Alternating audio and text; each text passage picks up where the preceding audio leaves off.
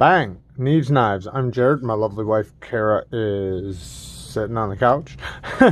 And today we're doing the review on the Microtech Socom Elite. Thanks to Mr. Amazing for all the amazing things he's done for our channel. We're going to talk a little bit more about that here in a little bit. But let's get into this Socom Elite. Now, this thing is considered a hard use knife, so I did want to use it. I wanted to use it in a harder use manner, not too crazy, but I did want to put it to the test. Now, there's lots of videos of these things being put to the test, but you know, I had never gotten really a chance to really put one to the test myself, so I did. Now, I did not get to film most of the stuff I did with it because it's hard doing stuff one-handed, holding a camera. You know, I brought it to work with me and I don't have a tripod at work. It's hard to set up a camera. So I did a little bit of recording. I did some cutting, cut some straps, did a bit of that. I cut some cardboard, made sure I did some draw cuts, some slicing, just regular normal stuff to see how it would perform on a regular work day, performing regular cuts that anybody would do, seeing how it was, prying straps, with its edge and cutting through straps. Then I did want to see how it pried. I did do more than what I recorded, but this one little piece I could record and hold the camera at the same time the best I could. So I started prying on this little piece on this pallet. Did I need to do it? No, I didn't, but I wanted to try it out. So it had a couple nails in it, and I pried the little piece. I was prying at it. It was a little difficult, and I was trying not to chip the tip or anything like that. I also didn't want to be overly careful with it either. So I did pry other stuff that day, so this wasn't like it was the only thing, but this was the one thing I did get on camera. And I will say it does work pretty good, prying. It pries really good. It feels really strong. It seems like you get a lot of leverage, but I'll tell you what, I had a lot better results when I had two hands. But holding one hand with a camera, another one with a knife, it's not as easy. Then I got to a bottle. I wanted to see how the glass breaker worked. So, I threw a bottle in the dumpster and, I went to whacking on it. That didn't sound very nice. I went to trying to crack it, and, I was, not that I was nervous to break the bottle or anything, but what I didn't want to happen was I did not want to hit it so hard that my hand went into the bottle. I was not wearing gloves. If anybody ever tries this at home, make sure you wear gloves. Don't be an idiot like me. But I knew it was going to break. I saw it starting to chip, and then, finally, bang, it popped. So, or cracked. And it worked really good. I could definitely tell that if I would have just hit it hard the first time, and not cared about my hand, which is the way a situation would go in real life, it totally would have just shattered the first time. Now, here in a second, we'll show what happened with that. We're also going to show how to sharpen a Tonto here in just a moment. First, let's talk about this knife just a little bit more. So this is an American Tonto, and it's pretty thin behind the edge for how thick this blade stock is. The blade stock is pretty doggone thick. So that's what gives you the leverage for prying and being, more of a tool. And the fact that these thumb studs are the stop pin that put pressure on the scale so you don't get side-to-side play, or at least as easily, which with this thing, it just does not get side-to-side play. This thing is locked up really, really strong. But since it gets down, even though it has a very fast taper, kind of like an axe, it does get down to a reasonable thin edge. So the blade stock thickness is 190 thousandths. Behind the edge thickness is 15 thousandths, which is really good considering. Now, that doesn't lead to the best blade geometry because of the thickness and because it rapidly goes down to, to a nice thin edge, but it makes it to where it cuts pretty good. I mean, going through cardboard, it blazed right through it without a problem. Even doing side cuts, and it just worked out really good. This is 204p. This one was made in 2019, as you can see. Microtech is a USA company that uses all USA parts, which is amazing. That was my fault. Now, the handle on this thing is very comfortable. It does have that taper that works like just like your hand does, where it's smaller by the pinky, so you really get a good grip, and you can put your hand over this part right here, and it locks in. You kind of have a pinch right there where this pushes up this way and then this pushes down this way, and it just locks you in. You can also take advantage of this little spot right there if you really need to get in close to something, or you can, use the jimping back here, which all the jimping on this knife is very effective. And if you notice, there's jimping everywhere. Now, we did get little bits of damage from the use. Not too bad, but a little bit. You see from the glass breaker, we got a couple little tiny nicks. Not too big of a deal, but it did happen. You can see some of the other spots. Now, the blade did take some damage too. There was not from the glass, but from the use, from the prying, and from all the other prying. I had a bunch of chips all through here. So we did sharpen it up. I did get a close-up of the edge after use, and I'm going to show you what that looks like, because it did have some pretty decent, not crazy chips, but they were significant enough to where I wasn't going to be able to strop them out or hone them. It was going to need a full sharpening. So let's look at how to sharpen a Tonto. Now, I'm going to show how to sharpen a Tonto again, since this review is about a Tonto. So the thing is, you want to sharpen this like this is two different knives. This is one knife, this is your second knife. And then you marry the edges together. So right here, I'm going to sharpen the bottom part first. I'm not sharpening this top part. This top part is not touching the stone. It is just the straight part at the bottom. So I'm going to sharpen this first.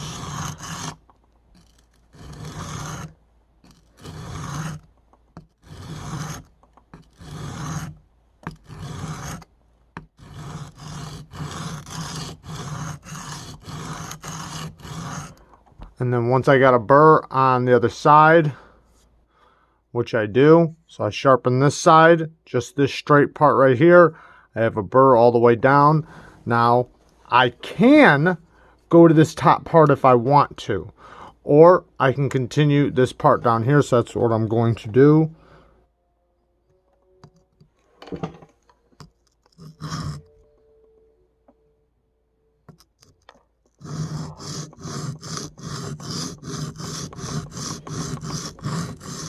And once my burr is on the other side, now I'm going to move. So I've gotten a burr on this side, I've gotten a burr on this side. Now I'm going to go up to the top, and I'm going to sharpen this top edge until I get a burr on the opposite side.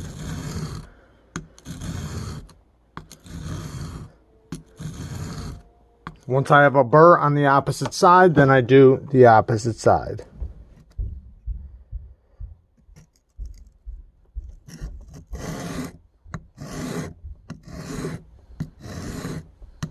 So now that I got a burr on both sides and the top on both sides, now I would switch stones. Now, once I get to my last stone, I want to make sure I finish off by doing one swipe on each side. Okay, so when you're all through your stones and you've gotten a burr on each side of each part, then you're going to want to do your one-in-one passes, which will help marry your edge together and deburr the edge. So,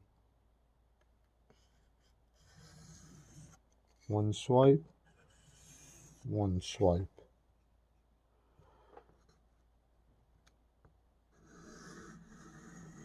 One swipe, one swipe.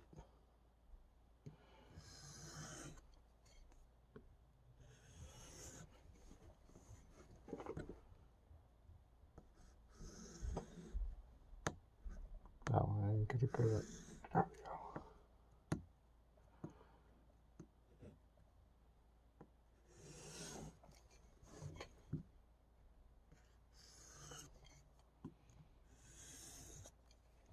And do that about 10 to 20 times till there's absolutely no burr. And when you look at your edge, they match up really good right at the peak and give you a nice point. You should already have a nice point from the sharpening you were doing anyways, but it'll help blend everything in, get rid of the burr, and then you can go to stropping. When you do your stropping, make sure you hold the same angle and do just like you were doing on your stones, each edge separately. And make sure you're going away from the edge now. Sharpening, you go towards the edge. You can go back and forth when you're sharpening, but when you're stropping, you always want to go away from the edge. And make sure when you check your edge that when you get to this part cutting through the paper, that this hump goes through and you can transition to this edge and it'll keep cutting. You're going to feel the hump, but it should still continue to cut.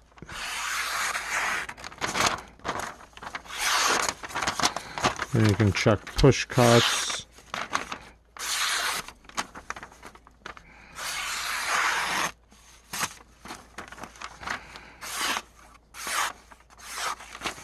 Check the top edge.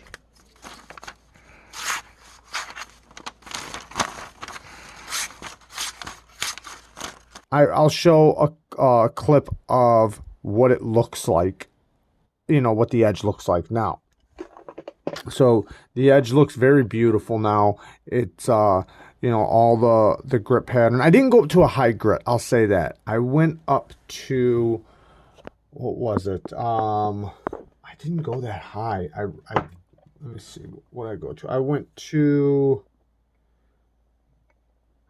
14 micron, 20/14 micron, which in my opinion, it is a little higher than I wanted to go. I should have went, you know, it still has a lot of bite. So it's a great edge, but I didn't lay the edge back. Now I would have went to a higher grit pattern if I would have laid the edge back, but you know, I wanted to kind of keep the way it looked. So I kept basically the same angle it was sharpened at. I'm not exactly sure what the angle is. If I had to guess, it's around 20 thousandths, or sorry, 20 degrees. So I kept it right around 20 degrees and the edge looks good. We'll take a close look at it just on camera.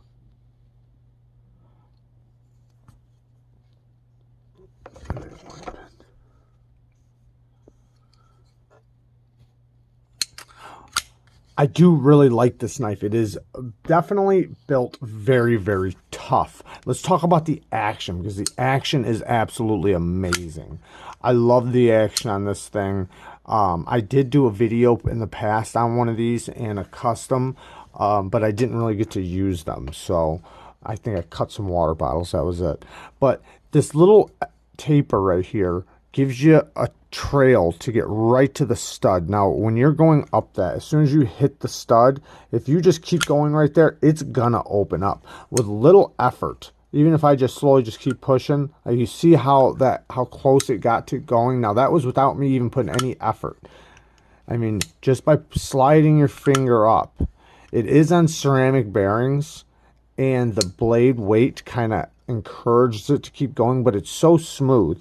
Then if I take this side and I do the reverse flick, it's super easy too. The blade stop / thumb studs are just set up for it to work, and I'm like trying to show you how little effort it takes to open or deploy this thing. I mean, it's very, very little effort. So when you actually put some effort, it really bangs out. I mean, you barely have to even try. So it's very, very satisfying. Now, when you unlock it, you can unlock it, let it hit your finger, and drop. And it is very drop shutty. You barely have to do any wiggle. You can it's almost a false shut action. Very centered, and you can see how centered it is because of the two-piece construction line. Big hardware. I love that giant hardware. Obviously, I don't like the little hardware, and there's a lot of it. They do not play with that hardware, but I like that the lock bar, the titanium lock bar that does have a steel lock bar insert, does have big screws, so I like that. I like that the clip is held on by big screws, and now we gotta talk about that too. So the clip is tipped down, and if you don't know why that is because if you do it the other direction, when you pull it out of your pocket, you climb up the knife trying to deploy it. When you have it tipped down, when you pull it out of your pocket, you're already set up to deploy it. It's a lot more accessible and a lot more easier to use and deploy quickly when it's tipped down for this knife. Not many knives are like that. There's only a couple knives that are better tip down than tip up. Most knives are better tip up though. Now, let's go back to the action really quick. The access to the lock bar is perfect. It actually feels like you're pushing a button. There's no lock stick, but you can feel that the lock bar is nice and snug. It's kind of hard to explain because it's not stick whatsoever. And then when I was using it and prying with it, I did notice that it kind of got a little more snug. Not quite stick, but snug. Where it kind of feels like you got to put a little extra pressure and it's like wedged tight under there. That's a good way to put it. It's wedged nice and tight. But normally it's just very, very smooth. It's kind of like pushing a button. So easy. This thing, for such a big knife, it's very easy to wield. I also want to make sure that I say this, that people have shown in their videos that you can take all these screws out and this thing still stays centered and still has good action, which that means this thing has extremely good tolerances to be able to take all the screws out and this thing to be still centered and still have good action without, coming apart. That's extreme tolerances. This thing has to have extreme tight tolerances to be able to fit that blade in there and be so centered with a perfect gap the way it has. All right, let's talk about the bad things. So there are a couple bad things. One, I don't like the little hardware. I don't know why they wouldn't just use the big hardware like this. Doesn't necessarily have to be big around the edges, like this, but at least T8s. At least, where the bit goes in, at least have that be T8s. Now, another thing is the coating does chip. Obviously, it does chip. It does show wear. That is a thing. Any type of aluminum, which this is aircraft aluminum. I forget the type of aluminum, but it's aircraft aluminum. So grade 6 or whatever, which is a grade aluminum. So it's not just regular aluminum. Don't think it's like your aluminum can you're drinking your beer out of. It's not like that. This is very strong aluminum.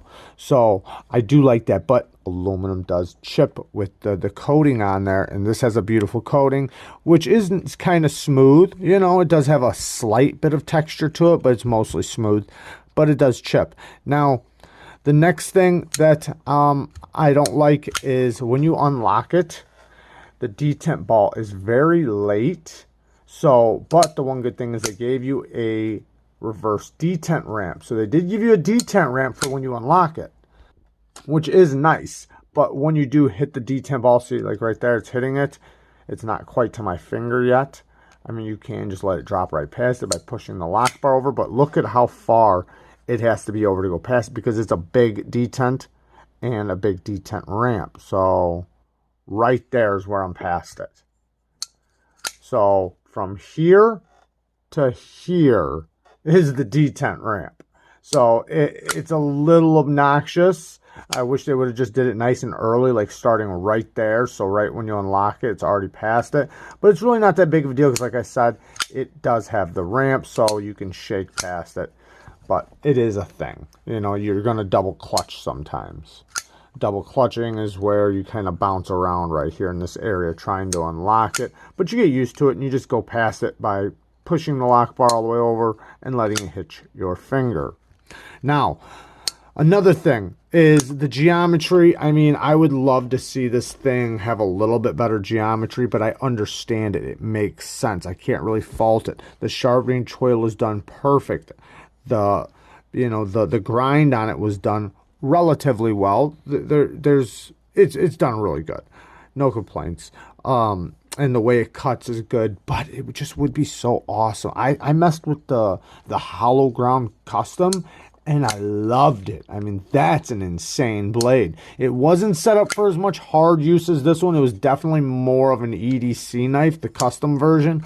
But, you know, a little happy medium in between this and that would be amazing. Now, but that's, you know, not that big of a deal. But the biggest thing to me, the worst thing on this, in my opinion, are these inlays. They are fake. This is a $300 knife. That is fake carbon fiber. That is a sticker. That is plastic. That is not real carbon fiber whatsoever. That is a sticker, as you can see. See the texture? So I don't like that. I don't know why they wouldn't just put real carbon fiber. That makes zero sense why they didn't put real carbon fiber. Why? Why wouldn't you put real carbon fiber? I don't know. Not that big of a deal. I can always take it out and put my own inlay in there. Buy some, you know, something. Either buy some real carbon fiber and put it in there, or some micarta or something. I think micarta might not look good because of all the black. It wouldn't match because I'd want a brown micarta. But if I put a black micarta, I don't know. We'll see. Maybe I'll just leave it alone. I have no idea. But I do want to say, though, I know people are probably going to say in the, you know, comments, or I'm probably going to get a little hate saying, oh, you know, Mr. Amazing got this for you. If you would have bought it, you probably wouldn't have scratched it up. You probably wouldn't have done what you did with it. And you're probably right. I might not have. Right? I might not have. But it is nice getting, you know, to review knives and get knives like this from him, or, you know, when we do get gifts the way we do sometimes, to get good content on the channel. We understand it is definitely a blessing, and we are very thankful. And, you know, I want to be able to test knives to show you what it does, not talk about what I think it can do.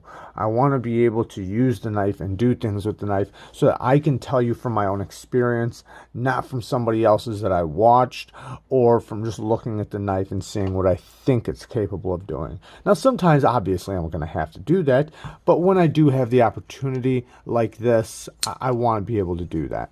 So that is another huge thank you to Mr. Amazing, because I love this knife. I really do. I love this knife. This thing is amazing. And if you're wanting a hard use, badass, hard hitting knife, this could possibly be it, because it's amazing. It does come in a couple blade shapes. They do have a clip point. So yeah, awesome knife. And they do have good warranties. And yeah, I mean, this is a knife that's hard to beat for a hard use, or should I say a tactical knife. This to me is a real tactical knife. I love you guys. Mr. Amazing, thank you again. Peace.